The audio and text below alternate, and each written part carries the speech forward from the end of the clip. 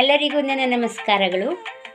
ಅಜ್ಜಿ ತಾತಂದರಿಗೆ, ಮಾತಾ ಭಗಿನಿಯರಿಗೆ, ಅಣ್ಣ ತಮ್ಮಂದಿರಿಗೆ, ಮುದ್ದು ಮಕ್ಕಳಿಗೆ ಗೀತಾ ಹೆಗಡೆ ಕಥಾಮಾಲಕ್ಕೆ ಸ್ವಾಗತ ಸುಸ್ವಾಗತ.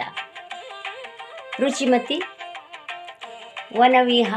ವನದಲ್ಲಿ ವಿಹರಿಸುತ್ತಾ ಹೂವನ್ನೆಲ್ಲ ಕೊಯ್ತಾ ಬರ್ತಾ ಇದ್ಲು. ಈ ಕಡೆಯಿಂದ ಒಬ್ಬ ಮುದಿ ಬ್ರಾಹ್ಮಣ ಒಂದು ಊರುಗೋಲನ್ನು ಹಿಡ್ಕುತ್ತಾ ಹೀಗೆ ಮಾಡ್ತಾ ಬರ್ತಾ ಇದ್ದ. ರುಚಿಮತಿ ನೋಡಲೇ ಇಲ್ಲ. ಅವಳೇನು ಒಂದೇ ಸಮನೆ ಹೂವನ್ನು ಕೊಯ್ತಾ ಬಂದು ಅವನಿಗೆ ಡಿಕ್ಕಿ ಹೊಡೆದ್ಬಿಟ್ಲು. ಆಗ ಬ್ರಾಹ್ಮಣ ಢಪ್ ಅಂತೇಳಿ ಬಿದ್ದ. ಆಗ ರುಚಿಮತಿ ಓಡಿ ಹೋಗಿ ಅವನನ್ನು ಕೈ ಹಿಡಿದು ಎಬ್ಬಿಸಿ ಕುಳ್ಳಿರಿಸಿದ್ಲು.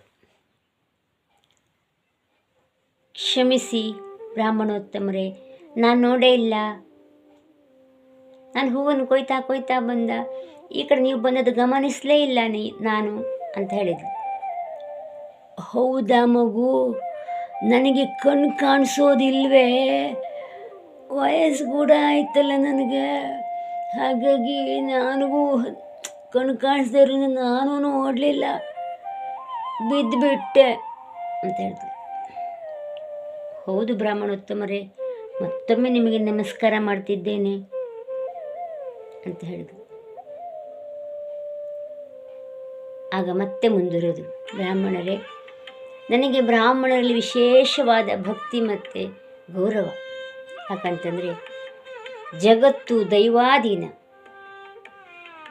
ದೈವ ಮಂತ್ರಾಧೀನ, ಮಂತ್ರ ಬ್ರಾಹ್ಮಣಾಧೀನ ಅಂತ ಹೇಳ್ತಾರೆ. ಹಾಗಾಗಿ ನನಗೆ ಬ್ರಾಹ್ಮಣರನ್ನು ಕಂಡ್ರೆ ಅಪಾರ ಗೌರವ, ನಮಸ್ಕರಿಸುತ್ತಿದ್ದೇನೆ ಅಂತ ಹೇಳಿ. ಸರಿ ಮಗು, ನೀನು ಯಾರು, ಇಲ್ಲಿಗೆ ಯಾಕೆ ಬಂದಿದೀಯಾ ಅಂತ ಕೇಳ್ತಾನೆ. ಸ್ವಾಮಿ, ಮನಕ್ಕೆ ಬೇಸರವಾಯಿತು, ವನವಿಹಾರ ಮಾಡೋಣ ಅಂತ ಸಖಿಯರ ಜೊತೆಗೂಡಿ ಬಂದಿದ್ದೇನೆ. ಹೌದಾ, ಸಖಿಯರೊಟ್ಟಿಗೂಡಿ ಬಂದಿದ್ದೀಯಾ? ಹಾಗಾದರೆ ನೀನು ಯಾರು, ನೀನು ಊರು ಹೇಳು, ನೀನು ಪರಿಚಯ ಹೇಳು ಅಂತ ಹೇಳಿದೆ. ಆಗ ರುಚಿಮತಿ, ನಾನು ಈ ನಾಡಿನ ದೊರೆ ಉಗ್ರಸೇನ ಮಹಾರಾಜನ ಮುದ್ದು ಮಡದಿ. ನಾನು ಮನಕ್ಕೆ ಬೇಸರ ಆಯಿತಾ, ನಮ್ಮನೆಯವ್ರ ಹತ್ರ ಬನ್ನಿ ಅಂತ ಕರೆದೆ. ಅವರು ಬರ್ತೇನೆ, ನೀ ಹೋಗು ಅಂತ ಹೇಳಿದರು. ಆಗ ನಾನು ಅವರ ನಿರೀಕ್ಷೆಯಲ್ಲಿಯೇ ಬಂದಿದ್ದೇನೆ ಅಂತ ಹೇಳಿದೆ. ಹೌದಾ, ಇರಲಿ ಬ್ರಾಹ್ಮಣರೇ, ನನಗೆ ತುಂಬ ಸಂತೋಷ ಆಯಿತು ನಿಮ್ಮನ್ನು ನೋಡಿ ಅಂತ ಹೇಳಿದೆ. ಆಗ ಬ್ರಾಹ್ಮಣರು, ನನಗೆ ಸಂತೋಷ ಆಗಿಲ್ವೇ? ಯಾಕೆ ಸ್ವಾಮಿ, ಏನಾದರೂ ಅಪರಾಧವಾಯಿತಾ ನನ್ನಿಂದ? ಅಂದರೆ ನಿಮ್ಮನ್ನು ಬಿಡಿಸ್ಬಿಟ್ಟೆ ಅಂತ ಹೇಳುತ್ತಾ ಬೇಸರ ಮನಸ್ಸಿನಲ್ಲಿ ಇಟ್ಕೊಂಡಿದ್ದೀರಾ ಅಂತ ಕೇಳಿದ್ಲು. ಆಗ ಬ್ರಾಹ್ಮಣ, ಛೇ ಹಾಗಲ್ವೇ, ನೀನು ಗಂಡನಿರದೇ ಇರುವ ಜಾಗದಲ್ಲಿ ಒಬ್ಬಳೇ ಬಂದಿದ್ದೀಯ ಮತ್ತು ಅಲಂಕಾರ ಮಾಡ್ಕೊಂಡು ಬಂದಿದ್ದೀಯ.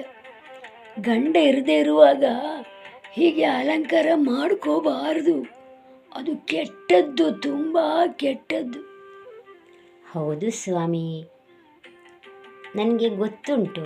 ಅವರು ಬರ್ತಾರೆ, ಈಗ ಬರ್ತೇನೆ ಅಂತ ಹೇಳಿದ್ದಾರೆ, ಈಗ ಬರಬಹುದು, ಅರ್ಧ ದಾರಿಯಲ್ಲಿ ಇರಬಹುದು, ಬರ್ತಾರೆ, ನನ್ನ ಜೊತೆ ಇಲ್ಲಿ ವಿಹಾರ ಮಾಡ್ತಾರೆ, ತುಂಬ ಆಸೆ ಆಗ್ತಾ ಉಂಟು, ಅವರು ಬರ್ತಾರೆ. ಆಗ ಬ್ರಾಹ್ಮಣರ ಮನಸ್ಸಿನಲ್ಲೇ ಖುಷಿ, ಈಗ ಸಿಕ್ಕಾಕಿ ಬಿದ್ಲು, ಹೇಗಾದರೂ ಮಾಡಿ ಇವಳನ್ನು ಪಡಿಬೇಕಲ್ಲ ನಾನು ಅಂಥೇಳಿ ಮನಸ್ಸಿನೊಳಗೆ ಖುಷಿ ಪಡ್ತಾ ಇದ್ದಾನೆ. ಅದು ಹೊರಗಡೆ ತೋರಿಸುವಾಗಿಲ್ಲ, ಯಾಕಂದ್ರೆ ಅನುಮಾನ ಬರ್ತದಲ್ಲ, ಹಾಗಾಗಿ. ಓಹೋ ಹೌದಾ, ನಿನಗೆ ಮಕ್ಕಳಿಲ್ಲ ಅಂತ ಕಾಣಿಸ್ತದೆ, ಮಕ್ಕಳಾಗೋ ಯೋಗ ಬಂದಿದೆ ನಿನಗೆ.